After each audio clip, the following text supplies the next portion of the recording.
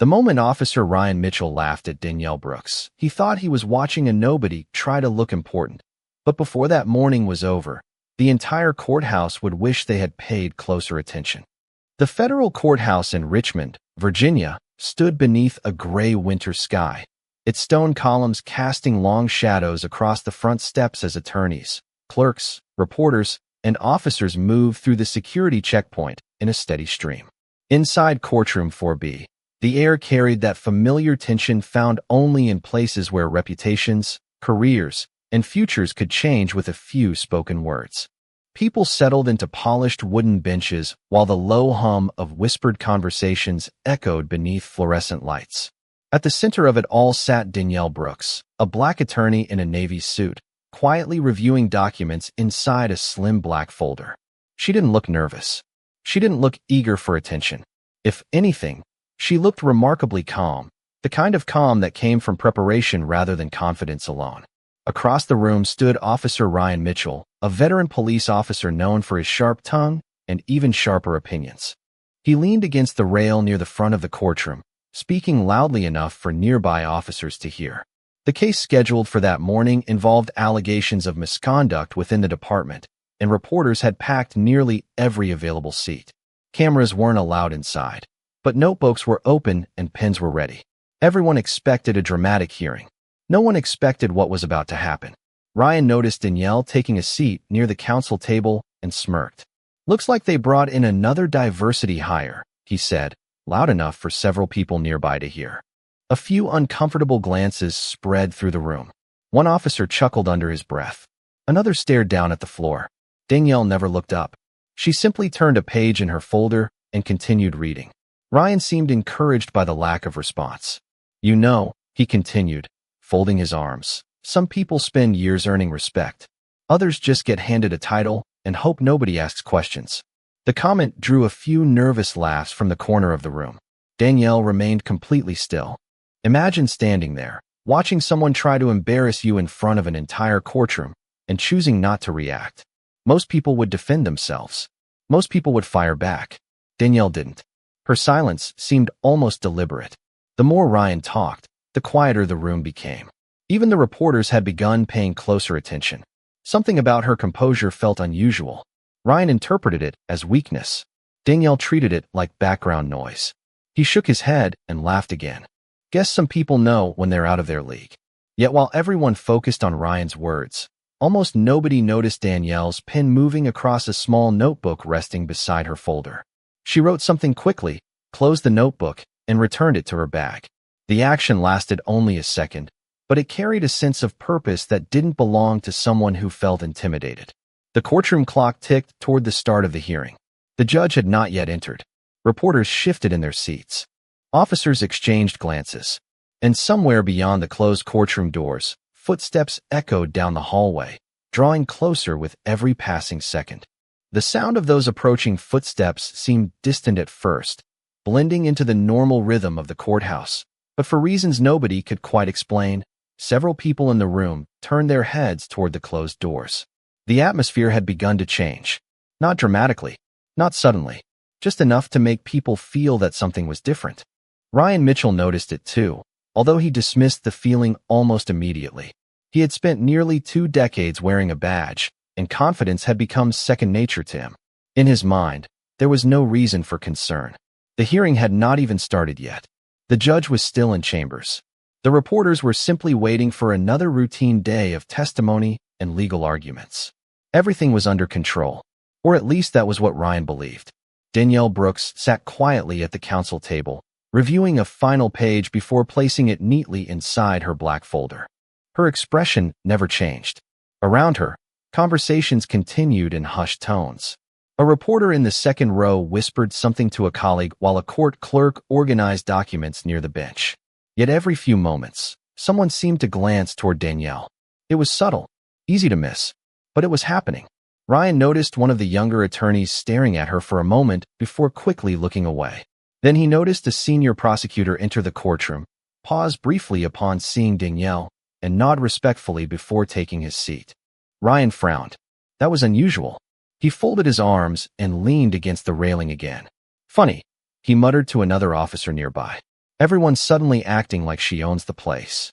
The officer forced a small laugh, but said nothing. That silence irritated Ryan more than he wanted to admit. Across the room, Danielle opened her notebook once again. She wrote a single sentence. Then she closed it. No hesitation. No uncertainty. Just calm precision. Imagine being completely surrounded by people who underestimated you and still feeling no need to prove yourself. That was the part nobody understood. Most people sought validation. Most people wanted the room to recognize their authority. Danielle seemed entirely uninterested in either.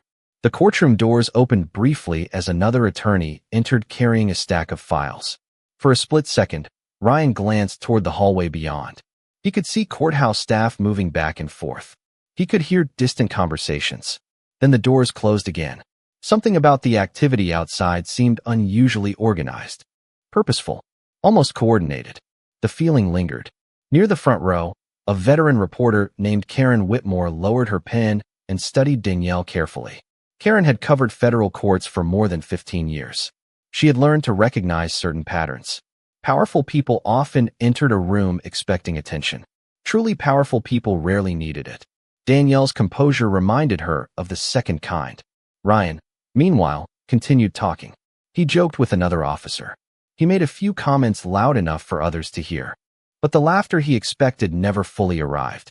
The room seemed distracted. Waiting. Watching. The courthouse clock moved another minute closer to the scheduled hearing time. Somewhere beyond the courtroom walls, the footsteps returned. This time they were closer. Steadier. More deliberate. Danielle glanced briefly toward the doors, then toward the clock, and for the first time that morning, a faint smile appeared at the corner of her mouth. The faint smile disappeared as quickly as it had appeared, leaving Danielle Brooks once again looking like the calm attorney everyone assumed they understood. Yet something had changed. The confidence she carried no longer seemed quiet. It seemed intentional. The courtroom doors remained closed, but the sound beyond them continued to grow more noticeable. Court staff moved through the hallway with unusual urgency. A deputy clerk stepped inside, glanced around the room, then quickly left again without saying a word. Several people exchanged curious looks. Even Judge Harold Bennett's longtime bailiff appeared distracted as he checked his watch for the third time in less than a minute. Ryan Mitchell noticed the growing tension and misread it completely. In his experience, uncertainty usually meant weakness. He believed people became nervous when pressure increased, and he assumed Danielle was no different. The fact that she remained composed only convinced him that she was trying too hard to appear confident. He leaned toward a nearby officer and lowered his voice. "Watch this," he said with a grin. Then, loud enough for much of the room to hear, he added, "Funny how some people carry themselves like they are running the place when they have not earned a thing." A few heads turned. The room became quieter again. Danielle slowly closed her folder and folded her hands on top of it. She looked toward Ryan for the first time that morning. Not with anger. Not with embarrassment. Simply with the expression of someone observing a situation unfold exactly as expected. That reaction unsettled him more than any argument could have.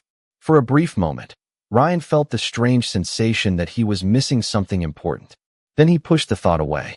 Across the courtroom, Karen Whitmore continued taking notes. She had spent years watching witnesses, attorneys, judges, and public officials. Human behavior often revealed the truth before documents ever did. What fascinated her was not Ryan's confidence. It was Danielle's complete lack of concern. Every insult seemed to land nowhere. Every attempt to provoke her disappeared into silence. It was almost as if she already knew how the day would end. Imagine sitting in a room where people underestimate you at every turn, and instead of correcting them, you simply let them continue. Most people would not have the patience. Most people would not have the discipline. Yet Danielle appeared perfectly comfortable allowing assumptions to grow. Near the back row, two reporters began whispering to each other. One pointed discreetly toward the hallway windows visible through a narrow glass panel beside the courtroom entrance. Several unfamiliar vehicles had arrived outside the courthouse during the last 20 minutes. Dark government sedans. No markings. No obvious explanation. The observation spread quietly among a handful of journalists. Ryan remained unaware. He was too focused on the room in front of him. The courthouse clock clicked forward again. 10 minutes past the scheduled start of the hearing. Unusual.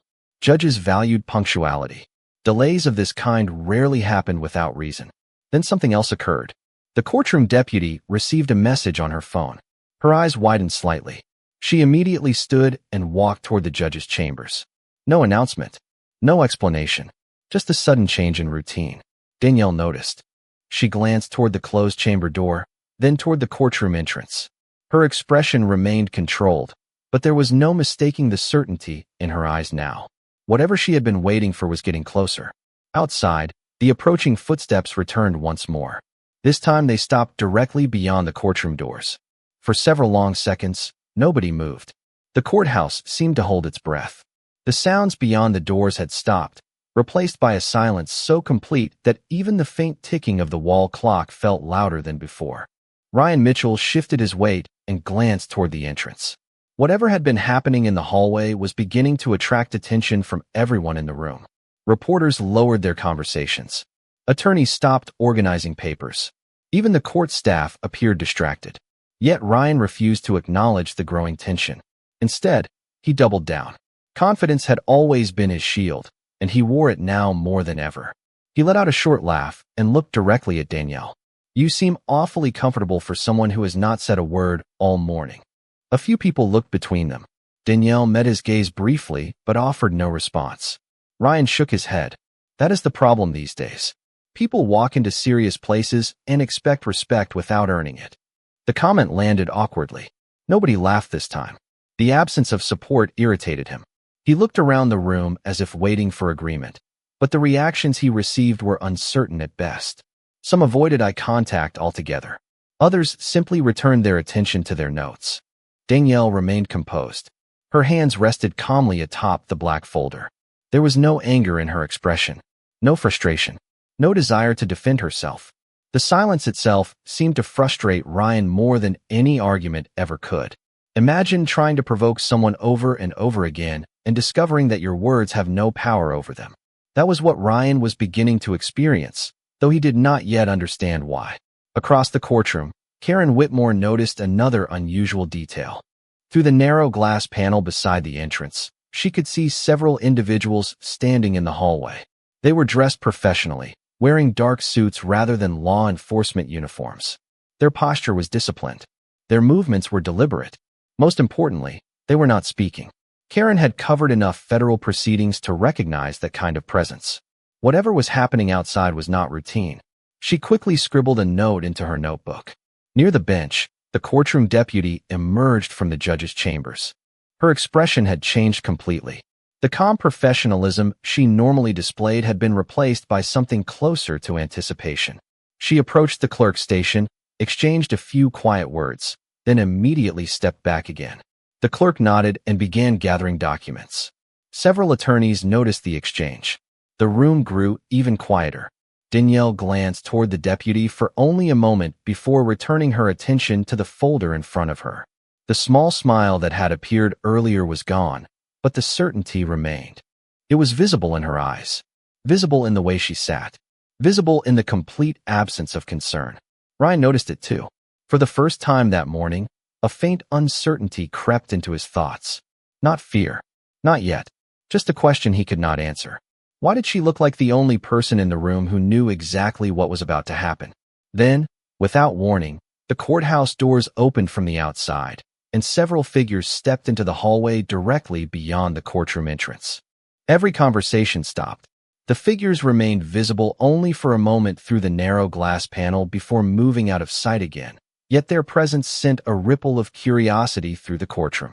Nobody knew exactly who they were, but everyone could feel that they were connected to whatever had delayed the hearing. The clerk adjusted a stack of files for the second time. Reporters exchanged quick glances. Even attorneys who normally focused only on their own cases seemed distracted. Ryan Mitchell watched the door for several seconds before forcing a laugh. "Looks like somebody thinks they are important today," he said. His voice carried across the room, but the confidence behind it sounded slightly thinner than before. Danielle Brooks did not respond. She simply opened her black folder once more. Inside were neatly organized documents separated by colored tabs. To anyone else, it looked like preparation for a routine hearing. Nothing more. Nothing unusual. Yet Danielle studied each page with the focus of someone reviewing details she already knew by heart. Imagine spending months preparing for a single day while everyone around you assumes you arrived only a few minutes ago. That was the reality nobody in the room understood. Long before this hearing had been scheduled, long before reporters reserved seats in the gallery, long before Ryan Mitchell decided to make himself the loudest voice in the room, Danielle had already been working. Quietly, patiently, methodically, a memory crossed her mind. 6 months earlier, she had been seated in a conference room nearly 100 miles away, reviewing complaints that most people dismissed as isolated incidents. Individual reports, internal concerns, witness statements, small pieces that seemed unrelated when viewed separately. But patterns had begun to emerge. Names repeated, dates connected, decisions that should have raised questions somehow avoided scrutiny. One file became 3, 3 became 12, 12 became dozens. The deeper the review went, the more attention it attracted from people far above the local level. Danielle never rushed. She never assumed. Every document required verification. Every statement required support. Every conclusion required proof. That was why she had remained silent all morning. She knew confidence meant very little without evidence. Across the courtroom, Karen Whitmore noticed Danielle briefly touching the edge of a blue tab inside the folder. The gesture appeared insignificant, yet Karen's instincts told her otherwise. Experienced reporters learned to recognize moments that mattered. Something about that folder seemed important. Very important. Ryan, meanwhile, continued to misread everything happening around him. The growing silence felt like victory rather than warning.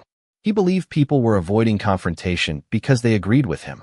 What he failed to notice was that nobody was paying attention to his comments anymore. Their attention had shifted elsewhere, toward the hallway, toward the delay, toward the unanswered questions accumulating minute by minute. Then the courtroom deputy stood and approached the front. "Ladies and gentlemen," she announced, her voice steady despite the tension in the room. "The hearing will begin shortly." A simple statement, yet something about the way she said it felt different, more formal, more deliberate. Danielle calmly closed her folder. The clock ticked forward again. Outside, the courthouse hallway grew quiet, completely quiet.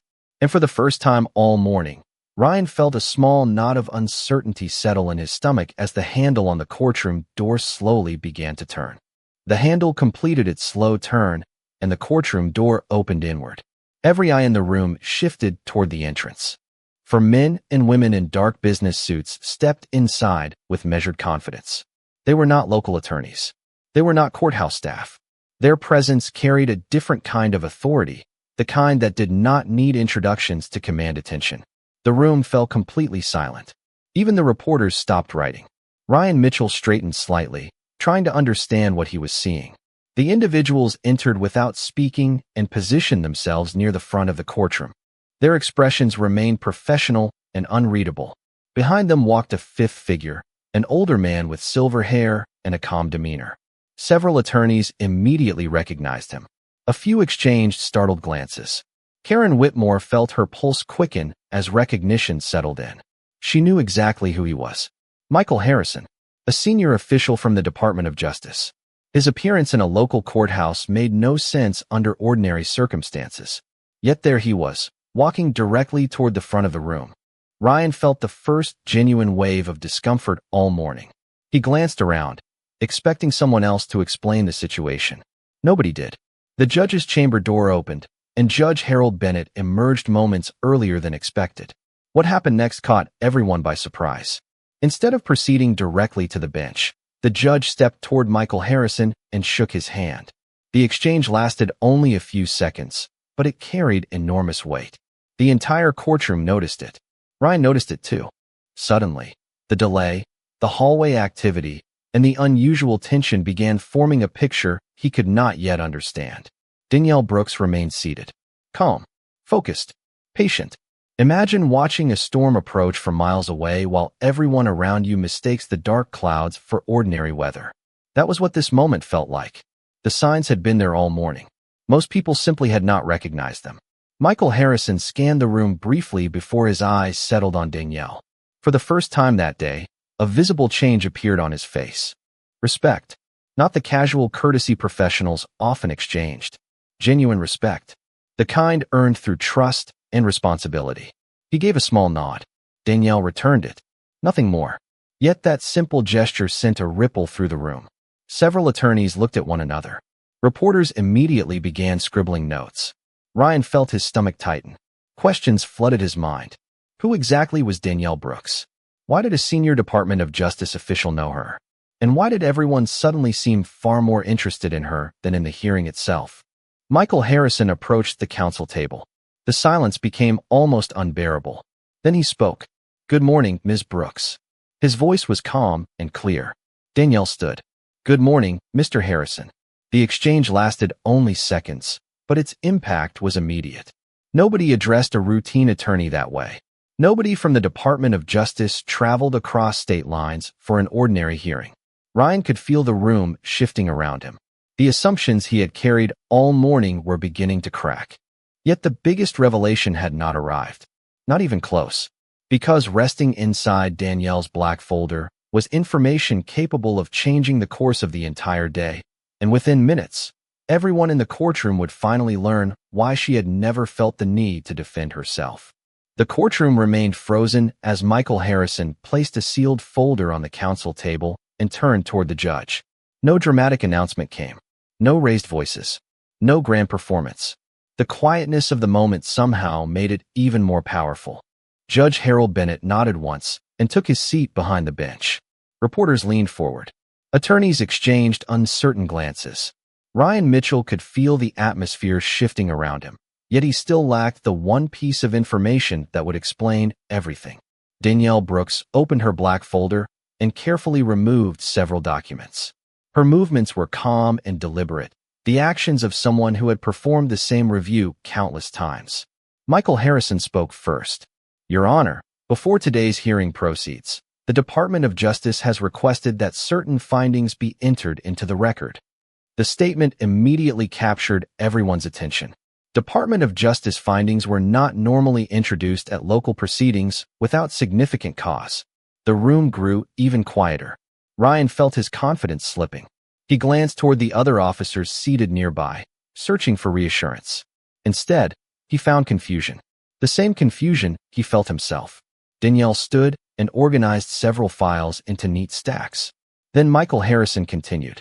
"For the past 6 months, a joint federal review has examined allegations involving misconduct, procedural violations, and patterns of discriminatory behavior connected to multiple cases originating within this district." Pens began moving rapidly across notebooks. Reporters understood immediately that this was no ordinary development. Danielle remained standing beside the table. Calm, professional, prepared. Imagine spending months listening, documenting, and verifying while people around you assume you know nothing. Imagine allowing them to underestimate you because every assumption makes the truth more visible when it finally arrives. Ryan's pulse quickened. 6 months. The words echoed in his mind. 6 months of investigation. 6 months of review. 6 months of findings. Suddenly the delays, the unfamiliar vehicles, the federal officials, and Danielle's confidence all began fitting together. Michael Harrison turned toward Danielle. "Ms. Brooks, would you summarize your role for the court?" Every eye in the room shifted toward her. Danielle spoke clearly. "For the past 6 months, I have served as lead counsel and coordinating investigator for a federal oversight operation authorized through the Department of Justice Civil Rights Division." The impact was immediate. Several people visibly straightened in their seats. One attorney nearly dropped his pen. Karen Whitmore stopped writing altogether for a moment, simply absorbing what she had heard. Ryan stared at Danielle in disbelief. Lead counsel, coordinating investigator, federal oversight operation. The attorney he had spent the morning mocking was not a junior lawyer, hoping to impress the room. She had been leading the review that brought federal officials into the courthouse. Danielle continued. "The purpose of today's proceeding extends beyond the original hearing. Evidence collected during the operation identified patterns requiring federal attention and independent review." Her voice never rose. She did not sound angry. She did not sound triumphant. She sounded factual, certain, professional, and that made the revelation even more devastating for those who had misjudged her. Ryan felt a cold realization settling over him. For hours he had believed he understood the room. In reality, he had never understood it at all. And as Danielle opened the final section of her folder, everyone present realized that the biggest disclosures were still waiting inside. Danielle Brooks opened the final section of her folder and carefully placed several documents on the counsel table. The movement itself seemed ordinary, yet the reaction throughout the courtroom was immediate. Reporters leaned forward. Attorneys exchanged uneasy glances. Michael Harrison remained standing beside her, his expression calm and professional. Judge Harold Bennett adjusted his glasses and began reviewing the first set of materials. The silence that followed felt heavier than anything that had happened all morning. Ryan Mitchell sat motionless. For the first time since entering the courthouse, he was no longer the center of attention. The room had shifted completely. Every eye now focused on Danielle and the evidence she had spent months assembling. Imagine realizing that the person you dismissed, underestimated, and openly mocked was actually the one holding the facts that everyone came to hear. That was the reality beginning to settle over Ryan. Danielle spoke clearly. The review examined case records, internal communications, witness statements, procedural reports, and public complaints collected over a 6-month period. Her voice carried no emotion beyond professionalism. She was not trying to embarrass anyone. She was presenting facts. One document after another was entered into the record. Patterns emerged. Questions that had remained unanswered for years suddenly appeared connected. Cases that once seemed unrelated now formed a larger picture. Reporters filled pages with notes as quickly as they could write. Several attorneys quietly shook their heads while reviewing summaries distributed throughout the courtroom. Michael Harrison then addressed the court. The Department of Justice has determined that additional oversight measures are necessary and that several matters require formal federal review. The statement landed like a thunderclap despite being delivered in a calm voice. Ryan felt his stomach sink. Across the room, some officers stared down at their desks. Others appeared stunned. Nobody had expected the hearing to evolve into something this significant. Danielle turned another page. Multiple recommendations have been approved, she continued. Independent audits, expanded compliance reviews, and temporary administrative actions will begin immediately. The words were precise and measured, yet their implications were enormous. Careers would be reviewed. Policies would be examined. Decisions that once escaped scrutiny would now face independent evaluation. The system itself was being asked difficult questions. Karen Whitmore could barely keep pace with her notes. In 15 years covering federal courts, she had rarely witnessed a reversal this dramatic. The woman many had ignored upon entering the room had become the central figure in one of the most important proceedings the courthouse had seen in years. Ryan looked toward Danielle. The memory of every dismissive comment he had made that morning replayed inside his mind. What unsettled him most was not her authority. It was her restraint. She had never argued, never demanded recognition, never tried to prove herself. She had simply allowed the truth to arrive on its own schedule. As the final documents were entered into the record, Michael Harrison nodded toward Danielle. The operation was complete. Months of work had reached their conclusion. Around the courtroom, people began understanding the lesson hidden beneath everything they had witnessed. Assumptions had shaped the morning. Facts had changed the afternoon. And sitting at the center of it all was the woman who had known from the beginning that patience often speaks louder than pride. The hearing concluded without celebration. There was no applause, no dramatic speeches, no victory laps. The weight of the morning was simply too heavy for that. One by one, attorneys gathered their files. Reporters hurried toward the hallway, eager to file stories that would dominate headlines before the end of the day. Court staff moved quietly between rows, collecting documents and preparing the room for whatever came next. Yet even as people began leaving, many paused for a final glance toward Danielle Brooks. Hours earlier, most had barely noticed her. Now she had become the person everyone remembered. Danielle carefully closed her folder and placed the final documents inside. The same black folder that had sat unnoticed on the table all morning now seemed to carry an entirely different meaning. It was never about the folder itself. It was about what it represented. Preparation, patience, truth. Michael Harrison approached and exchanged a few quiet words with her before leaving with the Department of Justice team. Their work inside the courtroom was complete. Outside, a larger process would continue. Reviews would move forward. Recommendations would be implemented. Questions that had gone unanswered for years would finally receive attention. Across the room, Ryan Mitchell remained seated. The confidence that had filled his voice earlier was gone. Not because someone had argued with him. Not because someone had humiliated him. But because reality had replaced assumption. Imagine spending an entire morning judging someone based on what you believed they were, only to discover you never understood who they were at all. That realization is often more powerful than any punishment. Ryan watched as people walked past Danielle with respect. The same people who had listened silently while he made dismissive remarks now understood something he had failed to recognize. Character reveals itself over time. Assumptions reveal themselves instantly. Danielle gathered her belongings and prepared to leave. As she walked toward the aisle, she passed Ryan's row. For a brief moment, their eyes met. The room seemed quieter than ever. Ryan looked away first. Danielle could have said many things. She could have reminded him of every comment he made. She could have pointed out how wrong he had been. She could have demanded acknowledgement. Instead, she stopped for only a moment and spoke calmly. Respect should never depend on discovering someone's title. The words were simple, yet they carried more weight than any argument. Ryan said nothing. There was nothing left to say. Danielle continued toward the exit. Sunlight streamed through the courthouse windows, brighter now than it had been that morning. Outside, reporters waited near the steps. Inside, the echoes of the hearing remained. Karen Whitmore closed her notebook and smiled to herself. She knew exactly how she would write the story. Not as a tale about power, not as a tale about authority, but as a reminder that truth has a way of revealing itself, no matter how long it takes. Danielle stepped through the courthouse doors and into the afternoon light. Behind her, conversations would continue. Reports would be written.